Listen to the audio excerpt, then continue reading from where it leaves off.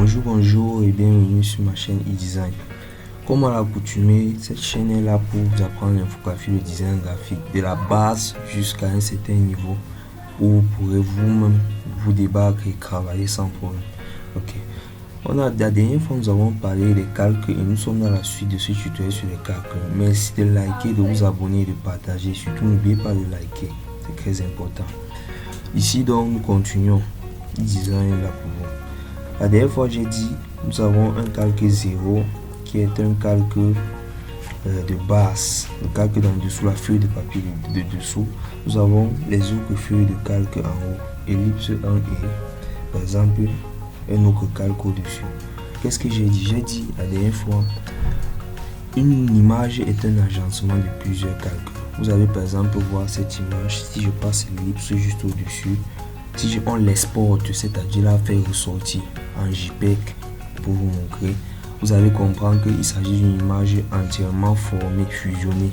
Alors que lorsque vous êtes dans Photoshop, c'est un agencement de plusieurs couches. Nous avons d'abord le calque 0 qui est le calque de base, l'image ensuite et le calque objet qui est l'ellipse 1. Ok. Ici donc vous allez observer, nous avons normal ici pour les modes de fusion par exemple. Vous allez voir, lorsque j'applique un mode pour déployer les différents effets, nous allons prendre le temps d'étudier ces effets plus tard. Donc en fait ça me permet de faire une fusion entre l'image du dessus et l'image du dessous. Vous voyez, entre l'objet présent qu'on a sélectionné ellipse et l'image d'en dessous. C'est ça qu'on appelle le mode de fusion. Nous allons voir ça dans une prochaine vidéo. Ici nous avons ce qu'on appelle l'opacité, c'est-à-dire la visibilité. L'objet doit-il être plus visible, moins visible, plus visible, etc. Ça dépend de ce que vous voulez faire comme travail. Ok. Ici donc vous allez constater, vous allez voir ici le petit cadenas. En fait ça permet de verrouiller l'image pour éviter les modifications sur l'objet lorsqu'on a créé le travail.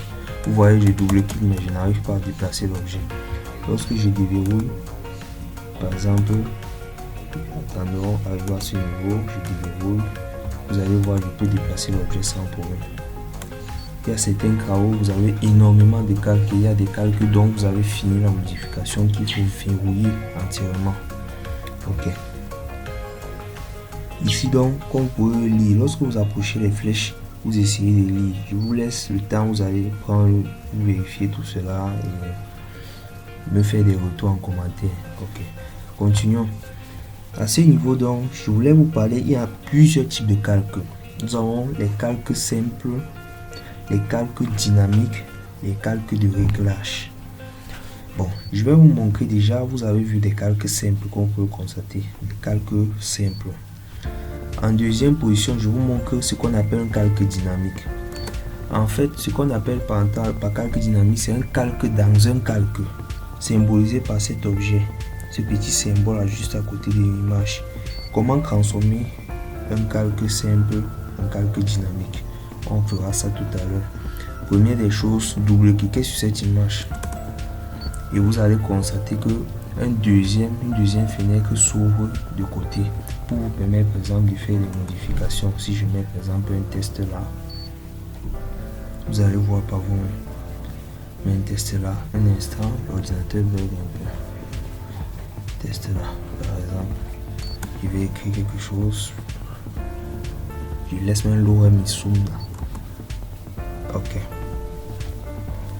d'accord, vous tapez sur sauvegarder. Il y a eu quelques petits bugs, mais c'est juste pour vous expliquer. Vous tapez sur sauvegarder, normalement ça doit pas sauvegarder. Impossible d'inscrire ce document dans ce format d'origine. C'est pas grave, c'est juste pour vous expliquer. Ici là on demande d'aplatir l'image. Aplatir l'image. Ok, vous tapez sur sauvegarder. Ok, vous patientez, ça enregistre et au niveau d'ici là l'image a été modifiée. Vous voyez, en fait c'est un calque dans un calque. C'est beaucoup plus utile lorsqu'on fait de la perspective. Exemple, lorsque je vais prendre cette image, je vais taper sur CTRL T pour la transformation par exemple et j'appuie ALT. Un instant, on n'appuie pas ALT, CTRL T. On va essayer de déformer cette image. Vous allez un peu voir ce que je t'entends par perspective. Ok. CTRL T pour transformation. Ensuite, je viens ici à ce niveau. Je tape sur clic droit. Je tape sur déformation. Ok. Si par exemple je déforme cette image là,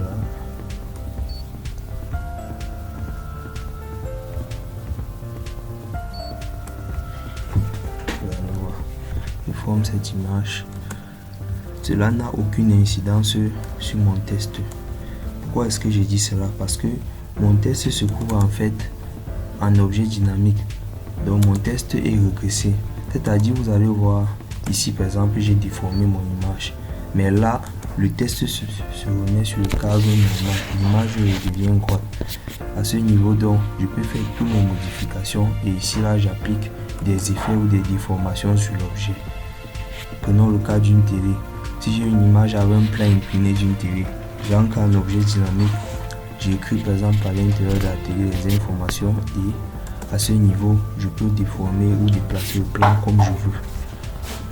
Ça, il s'agissait d'un objet dynamique ou d'un calque dynamique. Maintenant, nous parlons des calques simples et nous allons parler des effets aussi, quelques effets. Par exemple, sur un calque simple, vous voyez lorsque j'appuie sur effet, supposons contour, lorsque je mets un contour, vous allez voir j'ai mis contour intérieur. Ici j'ai masqué la visibilité, il faut que je remette la visibilité. Contour intérieur, vous allez voir contour intérieur. Ok. Maintenant, lorsqu'il s'agit d'un calque de réglage, en fait, lorsque vous venez ici au niveau des réglages, si je mets par exemple teinte et saturation, vous allez voir un nouveau calque qui apparaît au-dessus avec ce symbole-ci et le nom du type de calque appliqué sur tout l'ensemble. Ok. Lorsque par exemple je vais taper saturation, vous voyez ça change la couleur.